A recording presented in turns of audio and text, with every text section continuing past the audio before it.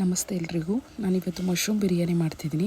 ಅದಕ್ಕೆ ಚಕ್ಕೆ, ಲವಂಗ, ಏಲಕ್ಕಿ ಮತ್ತು ಪಲಾವ್ ಎಲೆ ಸ್ಟಾರ್ಟಿಂಗ್ ತೊಗೊಂಡಿದ್ದೀನಿ. ಅದಾದಮೇಲೆ ಪುದೀನ, ಕೊತ್ತಂಬರಿ, ಮೆಣಸು, ಚಕ್ಕೆ ಆ್ಯಂಡ್ ಈರುಳ್ಳಿ ಆ್ಯಂಡ್ ಮೆಣಸಿನ್ಕಾಯಿ ಇದಿಷ್ಟು ನೀಟಾಗಿ ರುಬ್ಕೋತಾ ಇದ್ದೀನಿ. ಸ್ವಲ್ಪ ಬೆಳ್ಳುಳ್ಳಿ, ಶುಂಠಿ ಇದಿಷ್ಟು ನಾನು ನೀಟಾಗಿ ರುಬ್ಕೋತಾ ಇದ್ದೀನಿ. ಸ್ಟಾರ್ಟಿಂಗ್ ಮಾತ್ರ ಏಲಕ್ಕಿ, ಲವಂಗ, ಚಕ್ಕೆ ಮತ್ತು ಕಲ್ಲುವು ಇಷ್ಟನ್ನು ನಾನು ಪಲಾವ್ ಎಲೆ ಮತ್ತು ಇದನ್ನು ಒಗ್ಗರಣೆಗೆ ಹಾಕ್ತಾಯಿದ್ದೀನಿ.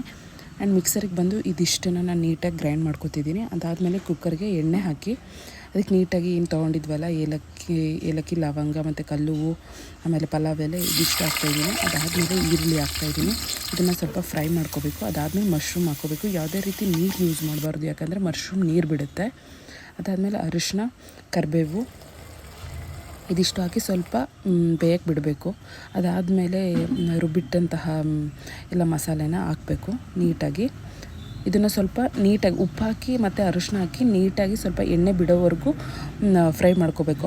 ಎಣ್ಣೆ ಬಿಟ್ಟಾದಮೇಲೆ ನೋಡಿ ಈ ರೀತಿಯಾಗಿ ಟೊಮೊಟೊ ಹಾಕಬೇಕು. ಲಾಸ್ಟಿಗೆ ಟೊಮೊಟೊ ಹಾಕಿ ನೀಟಾಗಿ ಅದನ್ನು ಫ್ರೈ ಮಾಡ್ಕೊಂಡು ನೋಡಿ ಈ ರೀತಿ ಕಲರ್ ಚೇಂಜ್ ಆಗುತ್ತೆ ಆ್ಯಂಡ್ ಎಣ್ಣೆ ಬಿಡುತ್ತೆ.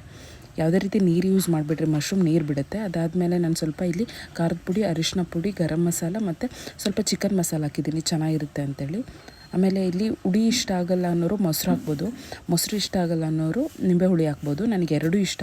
ಹುಳಿ ಸ್ವಲ್ಪ ಕಡಿಮೆ ಅನ್ನಿಸ್ತು, ನಾನು ಅದಕ್ಕೆ ಎರಡೂ ಯೂಸ್ ಮಾಡಿದ್ದೀನಿ. ಇಲ್ಲಿ ನಾನು ಅಕ್ಕಿ ಹಾಕಿರೋದು ವಿಡಿಯೋ ನನಗೆ ಮಿಸ್ ಆಗಿದೆ. ಸೊ ನಾನಿಲ್ಲಿ 2 ಕಪ್ ಅಕ್ಕಿಗೆ 4 ಕಪ್ ನೀರು ಹಾಕಿದ್ದೀನಿ. ಹಾಕಿ 2 ವಿಷಲ್ ತೊಗೊಂಡಿದ್ದೀನಿ. ನೋಡಿ ಈ ರೀತಿಯಾಗಿ ಕಾಣುತ್ತೆ. ತುಂಬ ಚೆನ್ನಾಗಿ ಬರುತ್ತೆ. ನೀವು ಒಂದ್ಸಲ ಟ್ರೈ ಮಾಡಿ ಮನೇಲಿ. ಮೇಲ್ಗಡೆ ಸ್ವಲ್ಪ ತುಪ್ಪ ಹಾಕಿದ್ದೀನಿ. ಫೈನಲಿ ಹಿಂಗೆ ಕಾಣುತ್ತೆ ನೋಡಿ. Thank you.